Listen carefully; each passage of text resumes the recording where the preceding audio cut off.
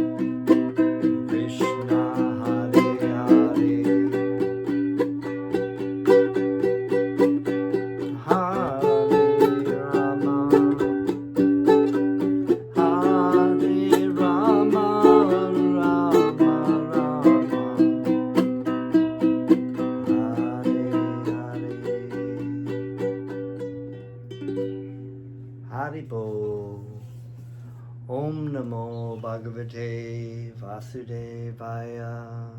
I was born in the darkness of ignorance, and my spiritual master opened my eyes. With the torch of knowledge, I offer my respectful obeisances unto him. Okay. Continuing forward.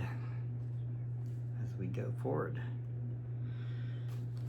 Last time Krishna was talking to Arjuna about the different processes of coming to know him as the Supreme.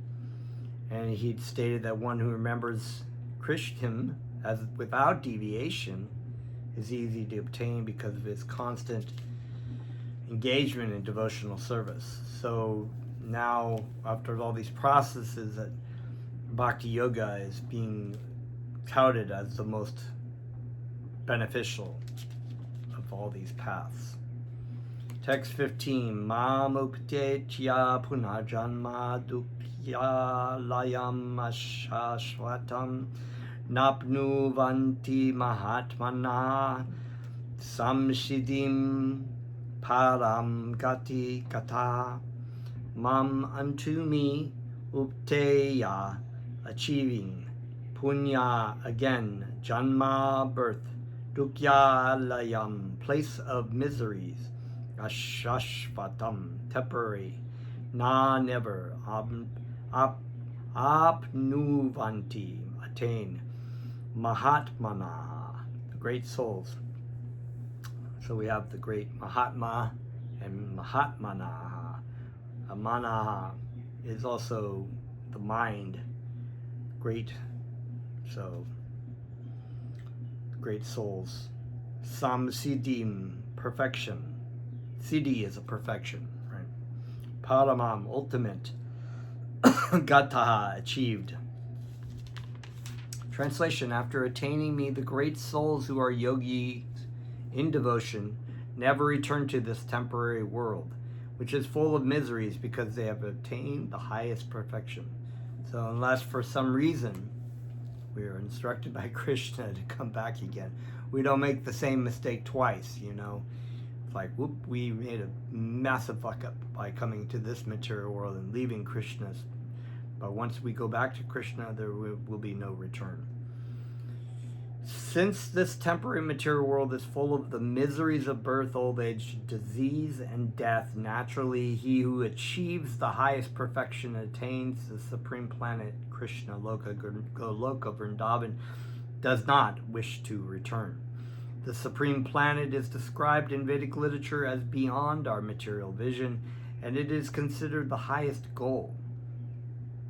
The Mahatmas, there's that other word, the great souls, receive transcendental messages from the realized devotees and thus gradually develop devotional service in Krishna consciousness and become so absorbed in transcendental service that they no longer desire elevation to any of the material planets, nor do they even want to be transferred to any spiritual planet.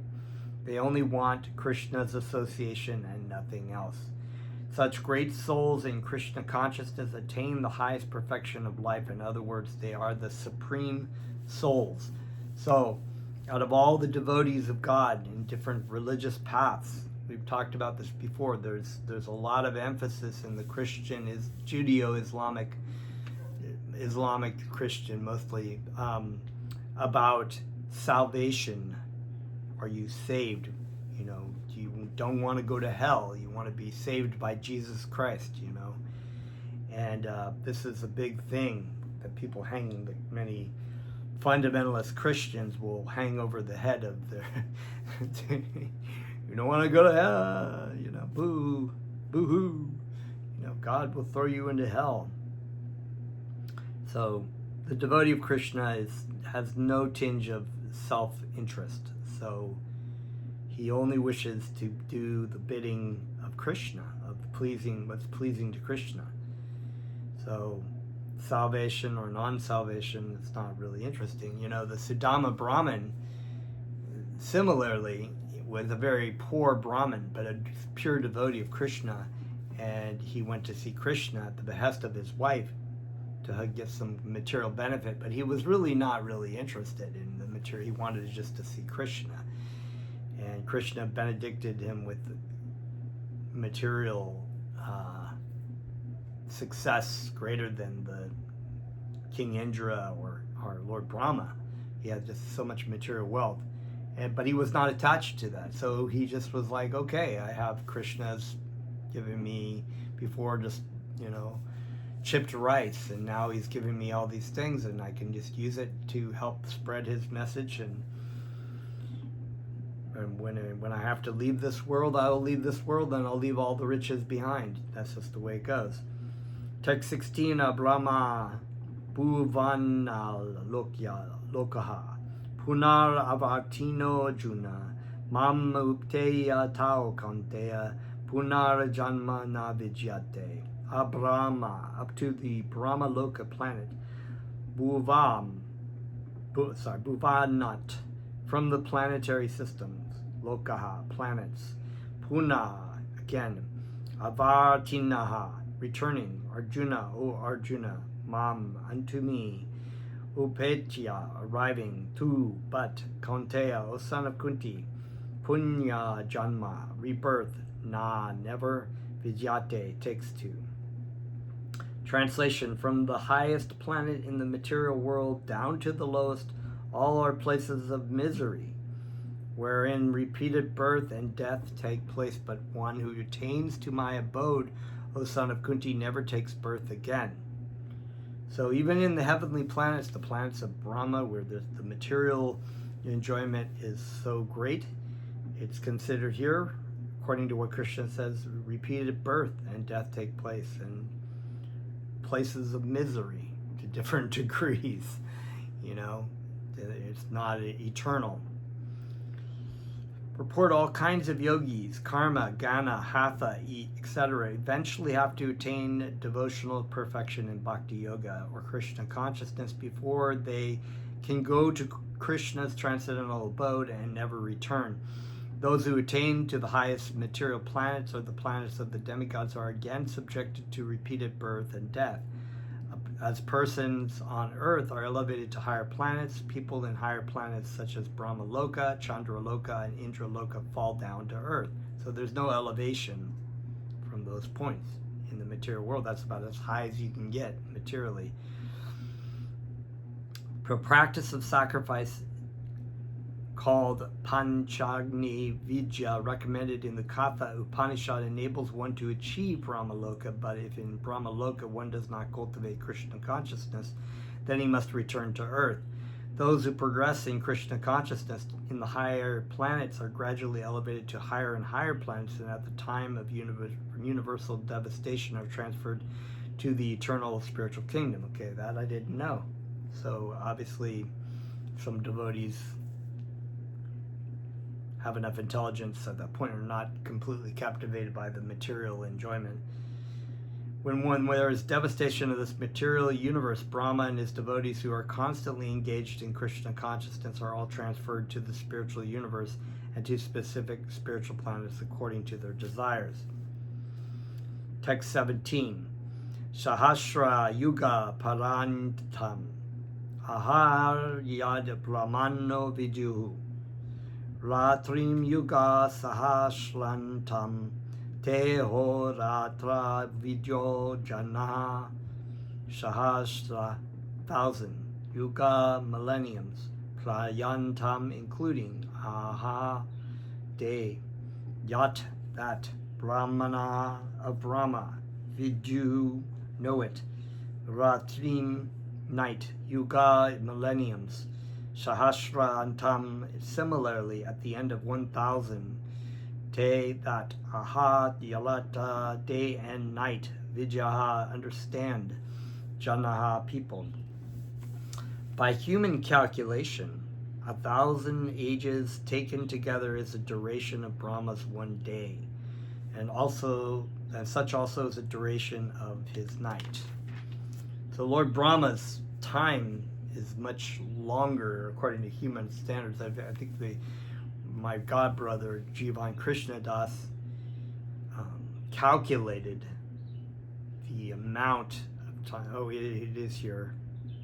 It is here. So I'll just read the purport by Bhaktivedanta, has already calculated it too.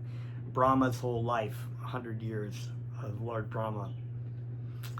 The duration of this material universe is limited. It is manifested in cycles of kalpas.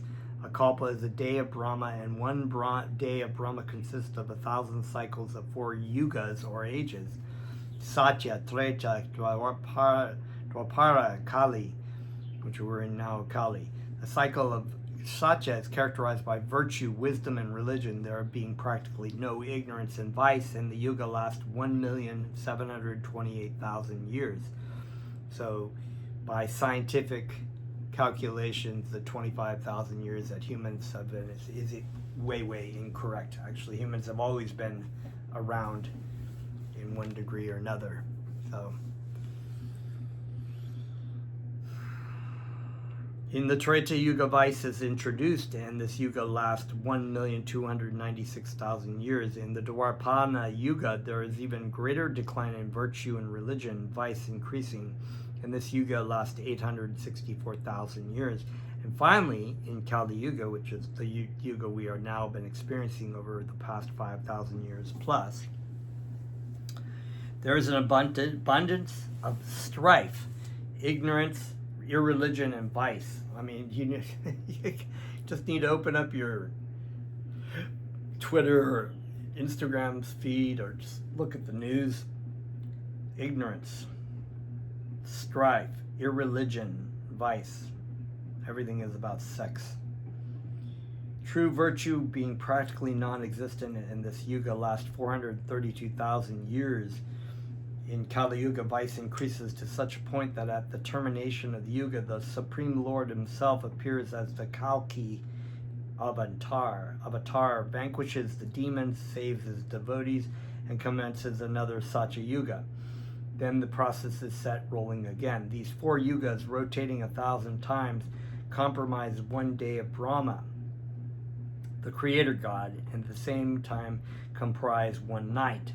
Brahma lives 100 of such years, quote unquote years, because the years is not like a 365 day, cycle of the sun around the earth or whatever. Or the earth around the sun, I should say, actually. So here it is, yeah. Brahma lives 100 of such years and then dies. These hundreds of years by earth calculation total to 311 trillion and 40 million earth years. Just try to fathom that for a moment. 311 trillion years and 40 million years. I mean, we can barely wrap our head around a couple thousands of years, what happens in a couple thousand years, but 311 trillion years, 40 million years. That is mind-blowing. By these calculations, the life of Brahma seems fantastic and interminable, but from the viewpoint of eternity, it is as brief as a lightning flash. In the causal ocean, there are innumerable Brahmas rising and disappearing like bubbles in the Atlantic. So we remember that every universe has a different Lord Brahma, and they're coming and going in so many numerous universes.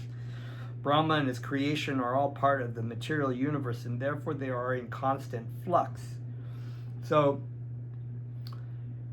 I've always thought about this too, that people have a really hard time understanding creation by God as being, this creation, constant creation, or God as being an all-powerful being, when we are standing at a certain point of being very small, but yet we're very large too. If you go down microscopically, there's very large, very small.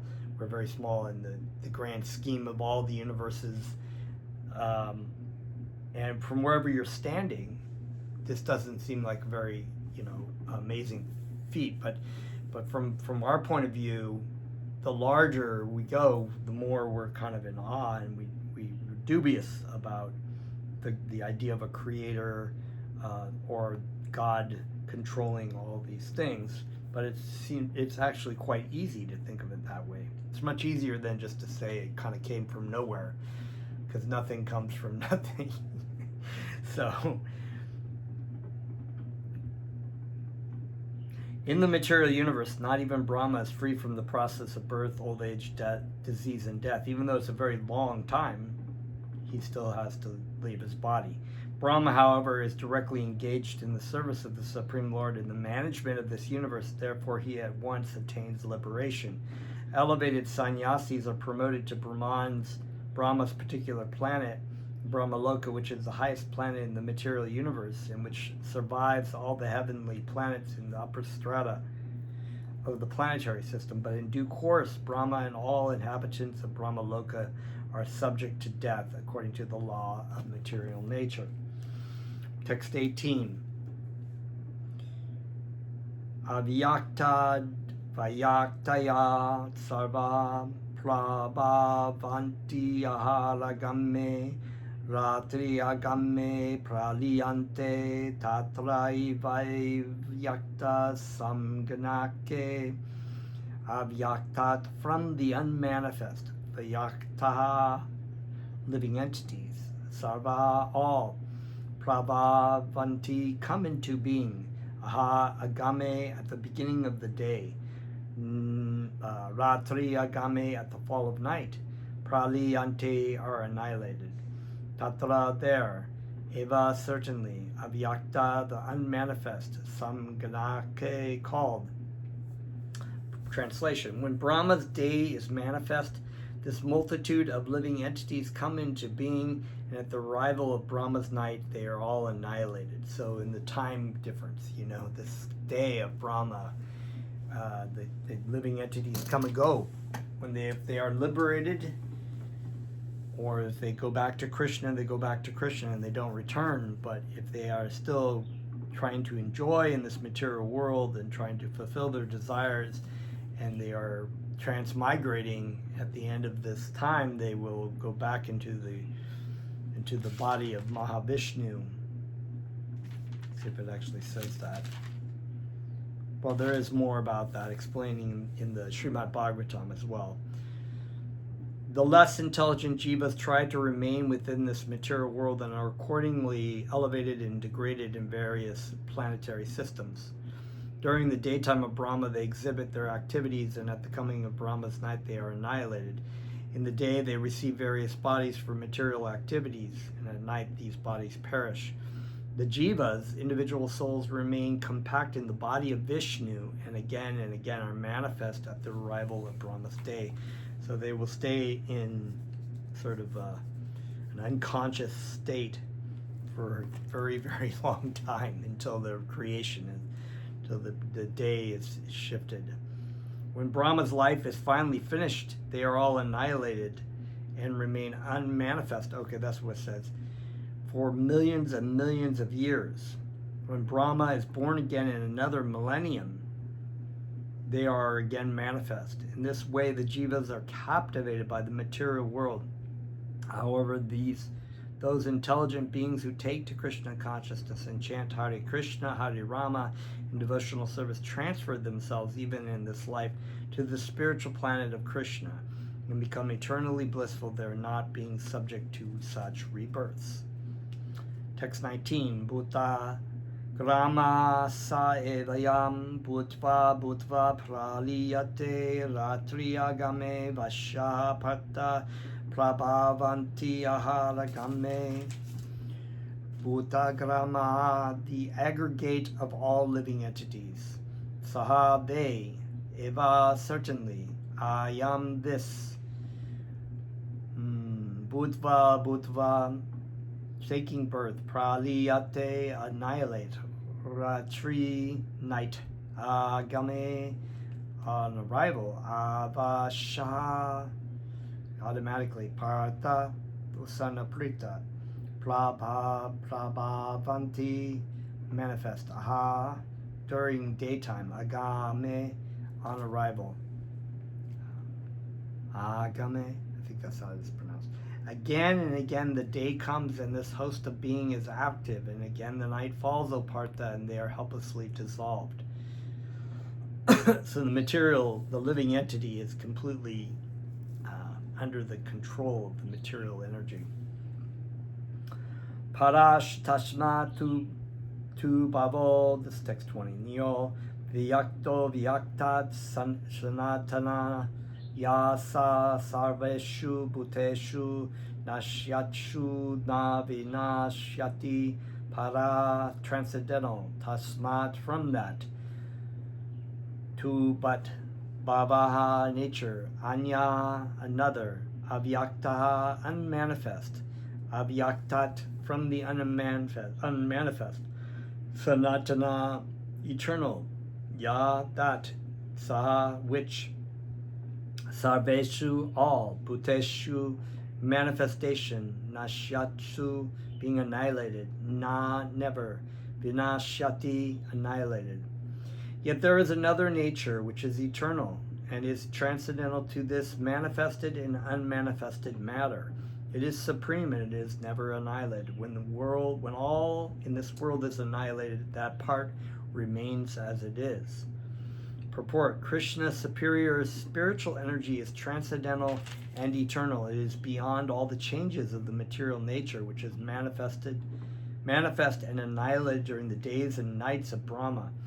Krishna's superior energy is completely opposite in quality to material nature. Superior and inferior nature are explained in the 7th chapter. So we read about this, about earth, the gross material energies, earth, water, fire, air, ether, and then more subtle energies, mind, intelligence, and ahankara, the false ego, and that the superior energy, which are the living entities, and is struggling with this material energy, trying to find satisfaction in that.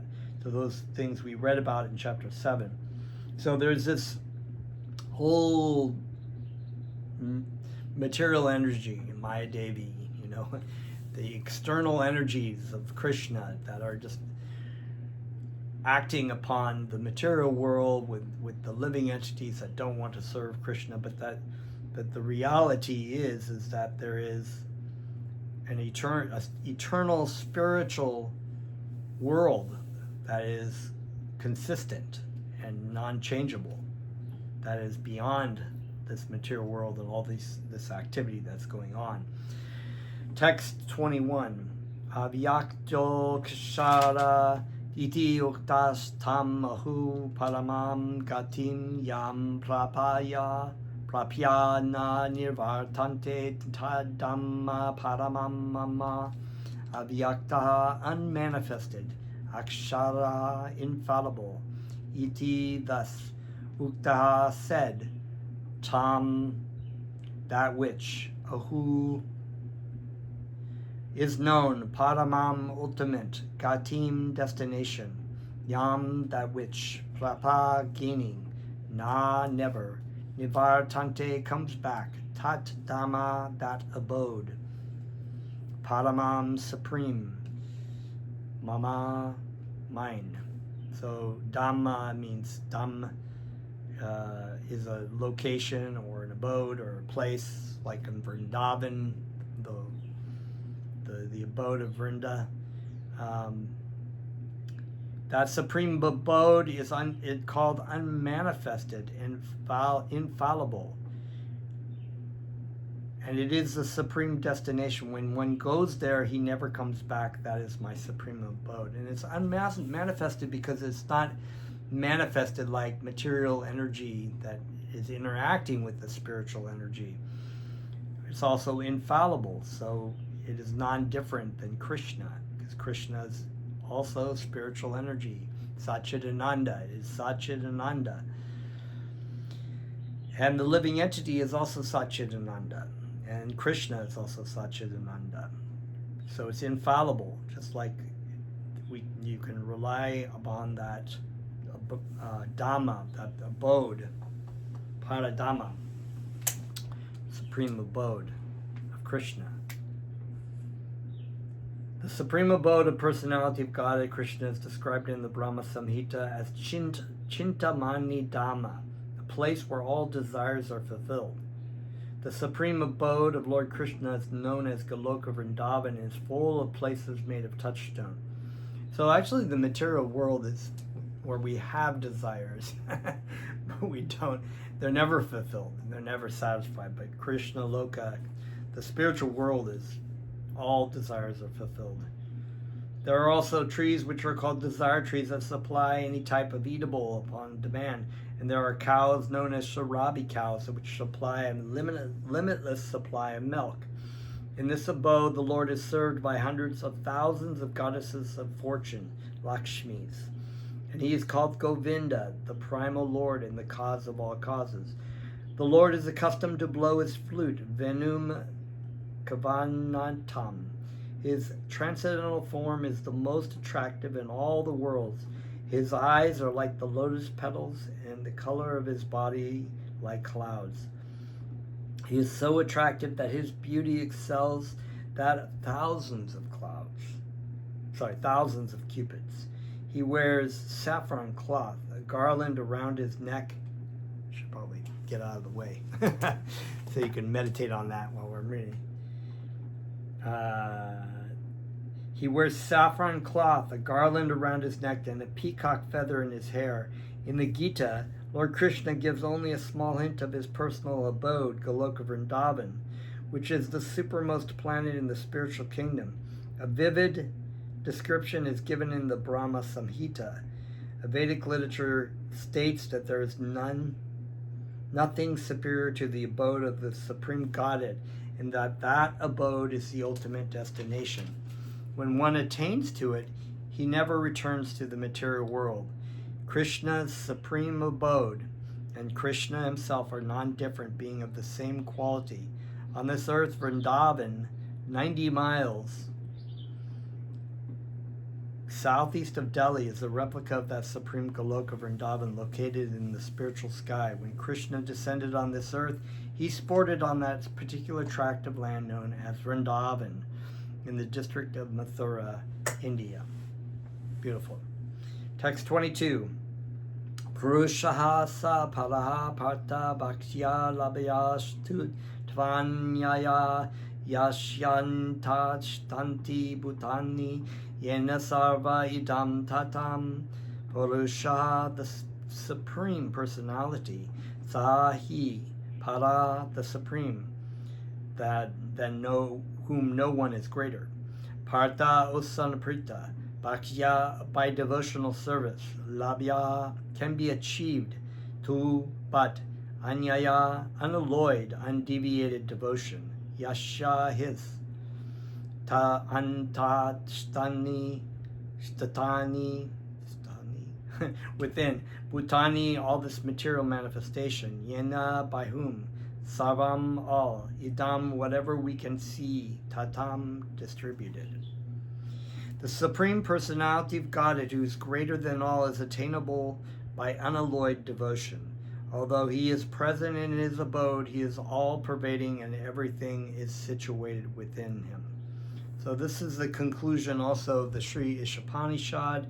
They talk about how Krishna's energies are present all through his creations, through the material and spiritual worlds, but he is also present within his abode. So this is the conclusion where the devotee or the Sri Upanishad prays to Krishna to remove the effulgence from him so that he can see him face to face. It is clearly stated that the supreme destination from which there is no return is the abode of Krishna, the Supreme Person. The Brahma Samhita describes this supreme abode as Ananda Chinmaya Rasa, a place where everything is full of spiritual bliss. Nice words. Ananda Chinmaya Rasa. What variegatedness is manifested there is of the quality of spiritual bliss. There is nothing material. All variegatedness is expanded as the spirit. Let me start that sentence again. All variegatedness is expanded as a spiritual expansion of the Supreme Personality of Godhead, for the manifestation there is totally of spiritual energy, as explained in chapter 7. As far as this material world is concerned, Although the Lord is always in his supreme abode, he is nonetheless all-pervading by his material energies. So by his spiritual and material energies, he is present everywhere, both in the material and in the spiritual universes. Yashyantaha statani means that everything is sustained by him, whether it be spiritual or material energy. So that word, yashyantaha statani, which I think is also here, is translated Yashash, his.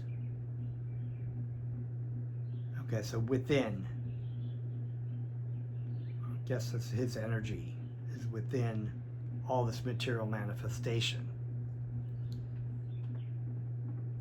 So everything is sustained by him. It's his energies.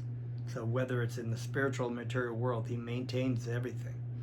It is clearly stated here that only by bhakti, or devotional service, can one enter into the Vaikuntha spiritual planetary system. In all the Vaikunthas, there is only one supreme Godhead, Krishna, who has expanded himself into millions and millions of planetary expansions. So all these Vishnu Murti, Vishnu forms in the Vaikunthas are all expansions of Sri Krishna.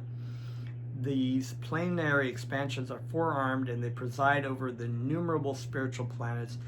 They are known by a variety of names: Purushottam, Vikrama, Keshava, Madhava, Aniruddha, Rishikesh, Shankarshan, Pradyumna, Sridhara, Vasudev, Damodar, Janardhan, Narayan, Vamana, Padmanabha, etc., Janapati. Janapati also is the name of Vishnu. That means the Lord of all people. These planetary expansions are likened unto the leaves of a tree, and the main tree is likened to Krishna. Krishna, dwelling in Goloka Vrindavan, his supreme abode, systematically conducts all affairs of both the universes, material and spiritual, without a flaw, by power of his all-pervasiveness. So it's infallible. His energies are infallible. Not a flaw. No, they're like most things that have power. People who have power, they have flaws. Great leaders, they still have flaws. They're fallible, despite having so many powers of things, of pervasiveness. Text 23, Yatra kale tavan avritim chaiva yoganaha prayata yanti tam kalam vakshami bharata shaba. Yatra, in that, kale, time, to, but, anavrityam, no return, avritam, return. So there we have the word with the a in front, right? Anavritam and avritam. So no return, return. Cha, also, eva, certainly, yogana, of different kinds of mystics, prayata, one who goes, yanti, departs, tam, that, kalam, time, vakshami, describing, bharatarashaba, O best of the Bharats. So here Krishna is also referring to, because the Pandava brothers came in the descendants of King Bharat. So the Bharats are great emperors also. O best of the Bharatas, I shall now explain to you the different times in which passing away from this world... Let me try that again. O best of the Bharatas, I shall now explain to you the different times at which passing away from this world one does or does not come back. So he's answering his very last question about people coming and going and leaving this material world and going back to Krishna. Purport: the unalloyed devotees of the Supreme Lord, who are totally surrendered souls, do not care when they leave their bodies or by what method. They leave everything in Krishna's hands and so easily and happily return to Godhead. So this point that remembering Krishna, we must cultivate our relationship to remember Krishna, but in this relationship, as is stated by my spiritual master, by Bhaktivedanta Swami Prabhupada, that in this case of, severe issues in when you're leaving your body, maybe tumors in the brain, or just being unconscious, or just choked up and being afraid that you're not going to remember Krishna. Try to remember to chant that Krishna will remember you. We surrender our life to Krishna. Krishna, please protect me. Please do not forget me. Krishna and love will come. He will save us from that state. But those who are not unalloyed devotees and who depend instead on such methods of spiritual realization as karma yoga, jnana yoga, hatha yoga, etc., must leave the body at a suitable time and thereby be assured whether or not they will return to the world of birth and death. So there's more particulars in those kinds of yoga practices. If the yogi is perfect, he can select the time and place for leaving this material world, which is the way that the yogis often did that before. They would raise their life air and they would leave out the top of their head. Oftentimes people who are leaving their body will not go out the head but go out the other way.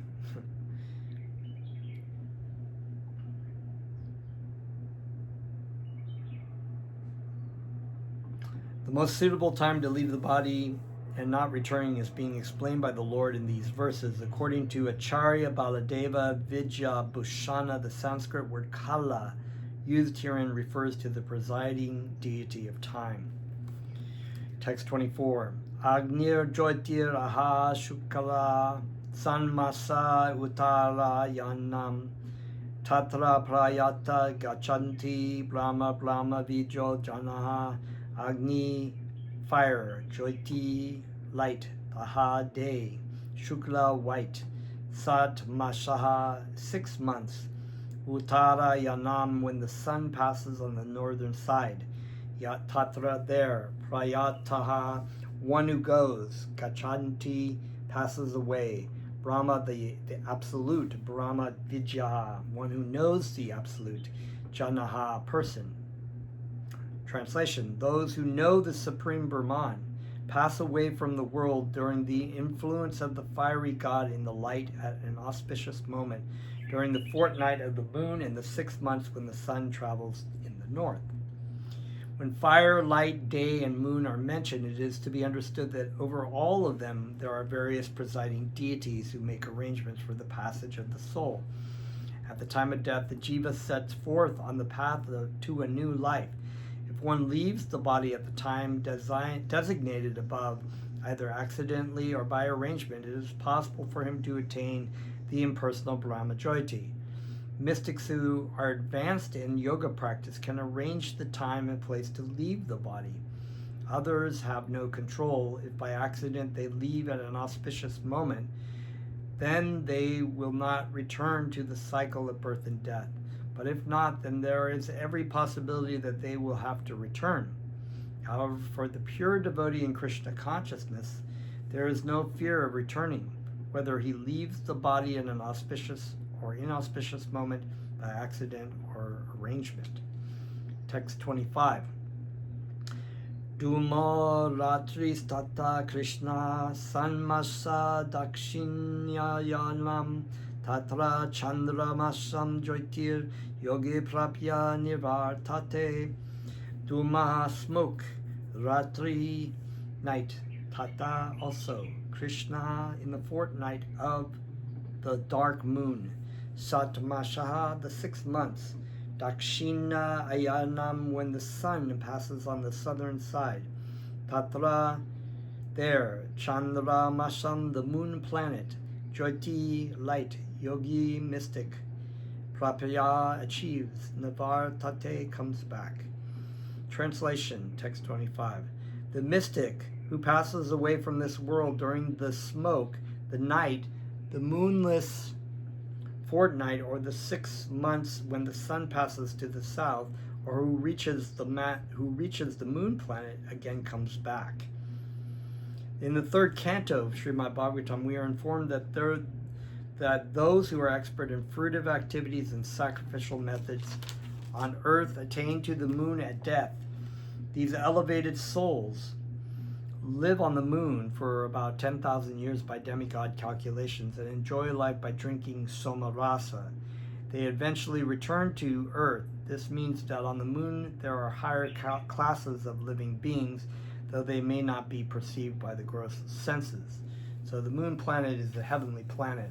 So what we see as the moon in the sky is actually considered to be Rahu's head. And that's another story of, I believe Lord Rama or something cut off the head of a demon, sent it out into space. Shukla, text 26. Shukla Krishna Gati Yate Jagata Shashvate Mate Ekaya Yatan Yatayana Vritim Anyaya Vartate Punaha. Shukla light, Krishna darkness, Gati passing away. He certainly. Ete all these, Jagataha of the material world, Shashvate the Vedas, Mate in the opinion, Ekaya by one, Yati goes, Anavritim no return, Anyaha by the other, Avatarte comes back, Punyaha again. According to the Vedas, there are two ways of passing from this world, one in light and one in darkness. When one passes in light, he does not come back, but when one passes in darkness, he returns. The same description of departure and return is quoted by Acharya Baladeva Vijaya Bhushana from the Chandogya Upanishad. In such a way, those who are fruitive laborers and philosophical speculators from time immemorial are constantly going and coming. Actually, they do not attain ultimate salvation, for they do not surrender to Krishna. Which makes sense, since it's already stated that one cannot know Krishna through philosophical speculation. Text 27. Naite shriti partha janan yogi muyanti kashchana tashmat shabeshu kaleshu yoga yukto bharvajuna. Na, never. Ete, all these, three different paths. Partha, Usanaprita. Janan, even if they know. Yogi, the devotees of the Lord. Muyati, bewildered. Kashchana, anyone. Tasmat, therefore. Sarveshu Kaleshu, always yoga yuktaha, being engaged in Krishna consciousness. Baba, just become. Arjuna, O Arjuna. Translation, text 27. The devotees who know these two paths, O Arjuna, are never bewildered, therefore be always fixed in devotion. So Krishna is telling Arjuna, be fixed in this bhakti yoga. Krishna is here advising Arjuna that he should not be disturbed by the different paths the soul can take when leaving the material world. A devotee of the Supreme Lord should not worry whether he will depart either by arrangement or by accident. The devotee should be firmly established in Krishna consciousness and chant Hare Krishna. He should know that concern over either of these two paths is troublesome. The best way to be absorbed in Krishna consciousness is to be always dovetailed in his service, and this will make one's path to the spiritual kingdom safe, certain, and direct. The word yoga yukta is especially significant in this verse. One who is firm in yoga is constantly engaged in Krishna consciousness in all his activities. Sri Rupa Goswami advises that one should be unattached in the material world and that all affairs should be steeped in Krishna consciousness. In this way, one attains perfection. Therefore, the devotee is not disturbed by these descriptions because he knows that his passage to the supreme abode is guaranteed by devotional service. Text 30. Text 28. Vedeshu yadneshu tapashu chaiva daneshu yat punya phalam pradishtam atyati tad savam idam viditva yoge param statam upayiti chadyam Vedeshu, in the study of the Vedas. yajneshu, in the performances of yajna, sacrifice. Tapashu, undergoing different types of austerities. Cha, also. Eva, certainly. Daneshu, in giving charities. Yat, that which. Punya phalam, the result of pious work. Pradishtam, directed. Atieti, surpasses. Tat, all those. Sarvamidam, all those described above. Viditva, knowing. Yogi, the devotee. Param, supreme. Shtanam, abode. Upayati, achieved peace. Ya, also. Adyam, original. Translation: a person who accepts the path of devotional service is not bereft of the results derived from studying the Vedas, performing austere sacrifices, giving charity, or pursuing philosophical or fruitive activities. At the end, he reaches the supreme abode. This verse is a summation of the 7th and 8th chapters, particularly as the chapters deal with Krishna consciousness and devotional service. One has to study the Vedas under the guidance of the spiritual master and undergo many austerities and penances while living under his care. A brahmachari has to live in the home of his spiritual master just like a servant, and he must beg alms from door to door and bring them to the spiritual master.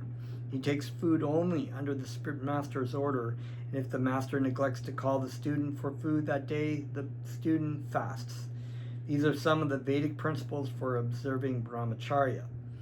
After the student studies the Vedas under the master for a period from 5 to 20 years, he may become a man of perfect character. Study of the Vedas is not meant for the recreation of armchair speculators, but for the formation of character. So that's a really,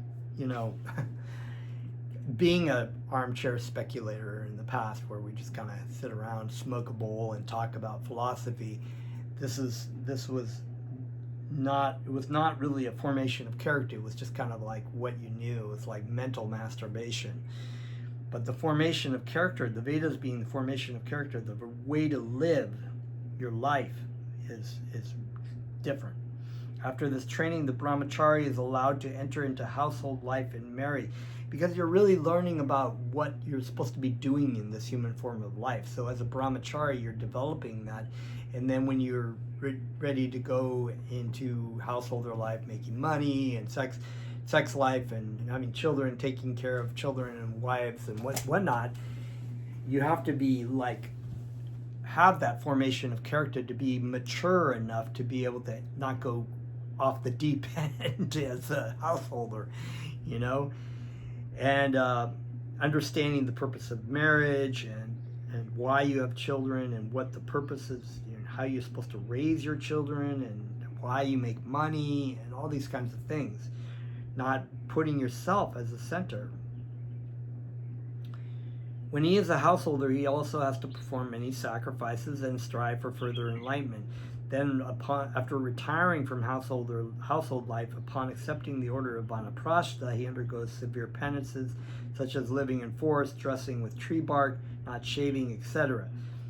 Granted, a lot of this is previous. By carrying out the orders of brahmachari, householder, vanaprastha, and finally sannyasa, one becomes elevated in the perfectional stage of life. What I can say about vanaprastha, though, which is retired life, real retirement is basically focusing, because your kids are grown up, you've made your money, you're retired probably from your work, and you are focusing, maybe your children will be supporting your means to be able to give people Krishna, to do outreach and to do service for your spiritual master. Some of them are elevated to the heavenly kingdoms, and then they become more advanced as they're liberated in the spiritual sky, either in the impersonal Brahmajyoti or in the Vaikuntha planets or Krishna Loka. This is a path outlined by Vedic literatures. The beauty of Krishna consciousness, however, is that by one stroke, by engaging in devotional service, one can surpass all rituals of the different orders of life. So it's unnecessary to do all these extra things. Krishna just lays it out like this is the way of the Vedas. These are the different paths, but the best way is Bhakti Yoga, which surpasses all these, rules and regulations and technical things that you try to so cleverly hang over my head in the first chapter as a reason why you should not be doing your duty. One should try to understand the 7th and 8th chapters of Gita, not by scholarship or mental speculation, but by hearing them in association with pure devotees. Chapters 6 through 12 are the essence of the Gita. If one is unfortunate to understand the Gita, especially these middle 6 chapters in the association of devotees, then his life at once becomes glorified beyond all penances, sacrifices, charities, speculations, etc. One should hear the Gita from the devotee because at the beginning of the 4th chapter it is stated that the Gita can only be perfectly understood by devotees. Hearing the Gita from devotees, not from mental speculators, is called faith. Through association of devotees, one is placed in devotional service, and by this service, Krishna's activities, forms, pastimes, names, etc. become clear, and all misgivings are dispelled. Once doubts are removed, the study of the Gita becomes extremely pleasurable, and one develops a taste and feeling for Krishna consciousness. In the advanced stage, one falls completely in love with Krishna, and that is the beginning of the highest perfectional stage of life, which prepares the devotee's transferal to Krishna's abode in the spiritual sky, Goloka Vrindavan, where the devotee enters into eternal happiness. God, it's like Bhaktivedanta is such a poet. His purports are just so beautiful and amazing. Thus ends the Bhaktivedanta purports to the 8th chapter of the Srimad Bhagavad Gita in the matter of attaining the Supreme. So that was a short chapter, but equally as important as any other chapter. As we've learned so far, we will continue to chapter 9 with the most confidential knowledge, and Krishna will be unveiling, the king of all knowledge is what I think they refer to this as.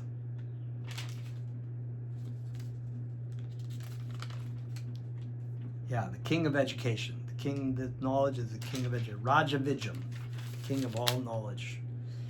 So next time we will read through chapter 9, and until then, namaste. Thank you very much.